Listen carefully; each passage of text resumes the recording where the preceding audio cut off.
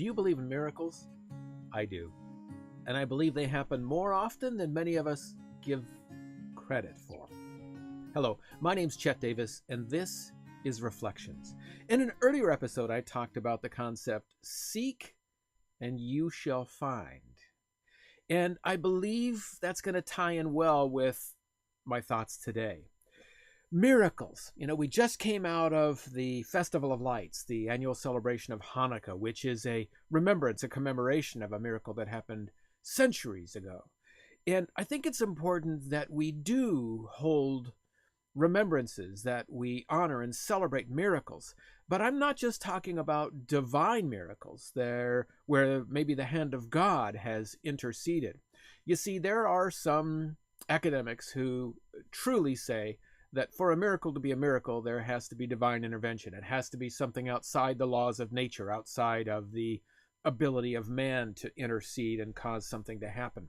But while I do respect that, and I do believe those do occur, and quite regularly, I also believe that there are miracles happening around us all the time, every day. In fact, the poet Walt Whitman talks about everything in between light and dark. When you open your eyes and you truly look around, when you truly try to take steps in your life to observe what's occurring, there are miracles every place happening to you and to those around you. And I think this is so important. And why I think it's important is I think and I don't know where it comes from, but I think we in our society are so prone to keeping alive the things that happen to us that are bad. When you get home at the end of a day at work or the day of a day at school, oftentimes I think it's easy for us to relate, to share to our partner, to our spouse, to our family, to a friend. Geez, this happened to me today. I can't believe this person told me this, or this person sent me an email with this kind of tone, or can you believe this happened to me? And we oftentimes share those things that we find so offensive, so troubled by. And I'm not saying put your head in the sand and ignore the things that happen to you in life. I understand it's important to sometimes get that out so you can get beyond that. But why are we so prone to share those things that give us hurt, that give us sorrow, that give us sadness?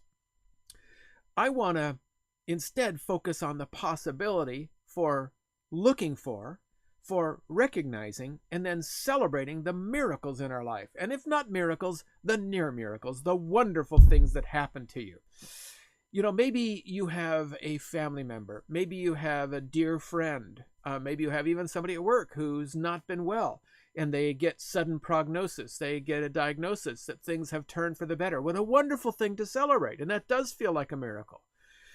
But I think there are even smaller things that happen to us each and every day. If you've witnessed a birth, whether it's a human birth or the birth of an animal, isn't that a wonderful thing to behold?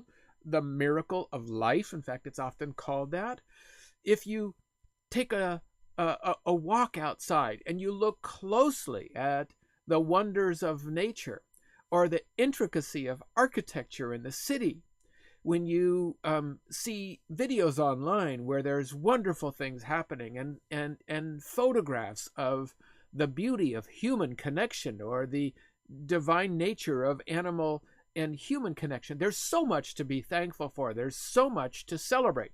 And that's what I want us to do. That's what I would love to encourage you to step out and practice this day and this week ahead. So here's my challenge to you and to me, to consciously go forward today and this week and look for things to celebrate. If not divine miracles, then things that are wonderful, that are happening around us and happening to us. And then tell everyone you know about those wonderful things. Because I truly believe that more things like that, if they won't just happen to you, they'll become more apparent. You'll become more aware of all the wonderful things that our life has to offer. In fact, I want to leave you today with a quote by Wayne Dwyer, who said, "Miracles come in moments. Be ready and willing." This is Chet Davis, and this has been Reflections.